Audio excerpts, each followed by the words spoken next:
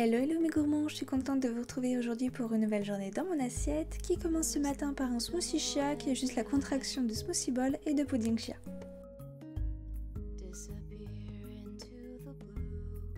J'ai préparé à l'avance mon pudding chia donc en mélangeant des graines de chia avec du lait de soja à la vanille et je l'ai laissé toute la nuit dans le réfrigérateur.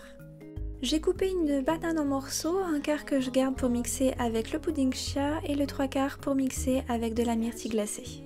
Et j'ajoute un petit peu de jus de fruits pour désépaissir mon smoothie. Après avoir mixé les deux parties, je les verse en même temps dans un bol pour avoir un effet bicolore. Et maintenant je m'amuse à mettre tous mes toppings, j'ai mis de la coco râpée, de l'amande émondée, de la myrtille glacée, du granola et des papillons en sucre.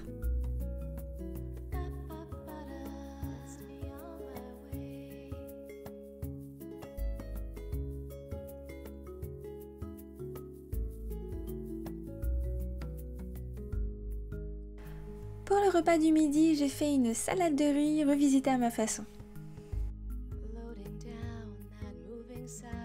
Bon, comme d'habitude pour moi, le sucré salé c'est sacré, donc je commence par couper en morceaux une pomme et ensuite je fais des suprêmes de pamplemousse, donc c'est-à-dire que je coupe tous les quartiers et que j'enlève toutes les pellicules blanches pour enlever le côté amer.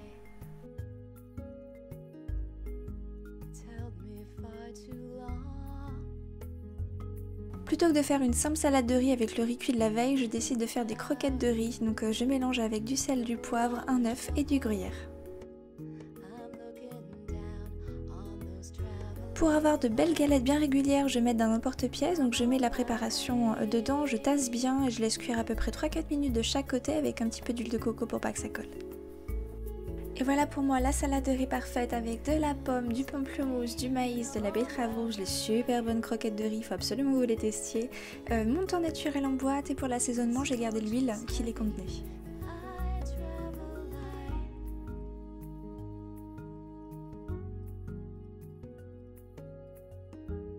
Pour le goûter, j'ai réalisé une charlotte à la cerise et à la rose et encore une fois c'est revisité à ma façon, vous allez voir. Alors déjà c'était parce que je voulais absolument tester cette confiture à base de cerises et de piment d'Espelette que j'ai eu dans un swap. Ensuite j'ai rajouté quelques pétales de rose de chez Terre Exotique et des biscuits de Reims roses bien sûr pour faire girly.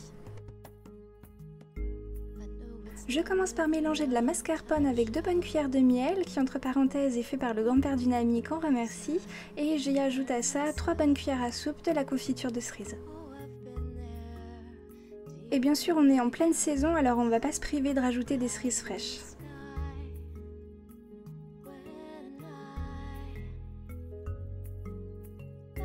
Je commence par disposer mes biscuits de Reims avec le sucre glace vers l'extérieur dans un moule à charnière et j'oublie pas de tapisser le fond également. Ensuite j'alterne les couches de mascarpone et de cerises fraîches. Ensuite je vais le laisser au frais une bonne demi-heure pour pouvoir le démouler ensuite plus facilement. Et là vous voyez d'ailleurs que je mets du moule à charnière pour enlever le socle et déplacer mon gâteau sur une assiette de présentation sans le casser. Ensuite il me reste à rajouter des pétales de rose, une petite cerise, des fleurs pour faire joli et voilà la revisite de ma charlotte à la cerise.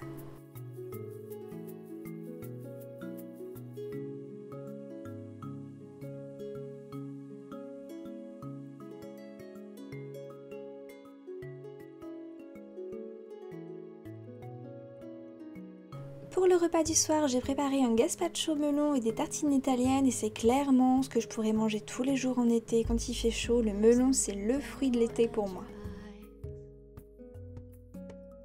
Je vais commencer par confire mes petites tomates cerises, donc je les mets dans un plat avec de l'huile, du sel, du poivre et c'est parti pour 10 minutes à 180 degrés. Ensuite je passe à la préparation du gazpacho de melon, donc là rien de plus simple, on les coupe en deux, on les évide et ensuite on prélève la chair. Donc là pour cette recette c'est vraiment hyper simple, on aura juste à mixer 2 ingrédients, du melon et des baies de Szechuan. Alors par contre on va pas en mettre beaucoup parce que c'est un côté anesthésion et que c'est pas le but recherché.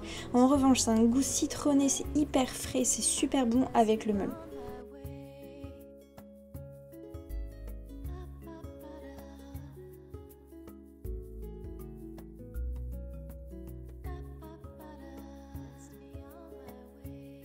Il ne me reste plus qu'à dresser sur du pain de seigle mes tomates confites et quelques billes de mozza, que je repasse au four 5 minutes histoire que ça fonde un peu. Ensuite je rajoute mon jambon de Parme et quelques feuilles de basilic. Et en plus j'ai bien failli oublier le meilleur, le velours de balsamique, c'est vraiment une tuerie.